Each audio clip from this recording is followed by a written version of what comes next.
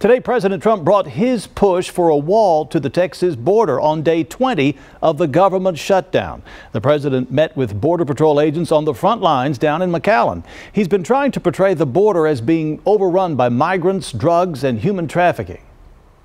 A lot of the crime in our country is caused by what's coming through here. They need the barriers. Because the people that are coming in, the criminals, the gangs.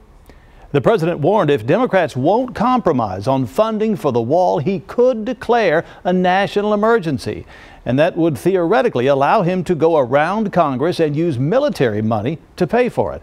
However, any such decision would likely face congressional and legal challenges. Some supporters down in McAllen welcomed the president today, but others protested against his visit and against building the wall. Our border reporter Oscar Margain was there with both groups today, and tonight he shows us how one family says the president literally holds their livelihood in his hands. Greeted by his supporters, President Trump arrived to the Texas-Mexico border on day 20 of the partial government shutdown over funding for a border wall.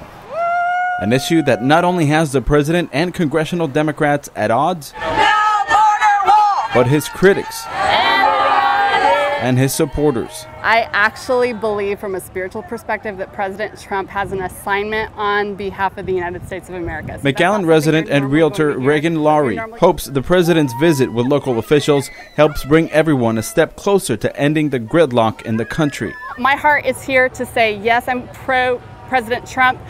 Whatever brings our borders more security, less porousness, and keeps our finances taking care of our nation first, I'm for that. But for 69-year-old Fred Cavazos, talk of a wall means everybody's losing property. A border wall project set to start in February with funds appropriated by Congress last year will leave Fred's 64-acre land and all 30 of his lots he rents along the edge of the Rio Grande in no man's land. We've lived here all our lives, so this is how we make a living. Do you have any other place to go? No. Fred's sisters help him manage the properties they've inherited since the Spanish land grants. They prefer to see more manpower than a wall. This land was, sacrificed, worked for by my grandma, and she fought for this land and paid for it little by little, selling tortillas, selling whatever. Reagan says she understands there's no easy solution to such a divisive issue. That's hard, especially if someone's been there for decades, family ranches, things that they feel the crunch of that.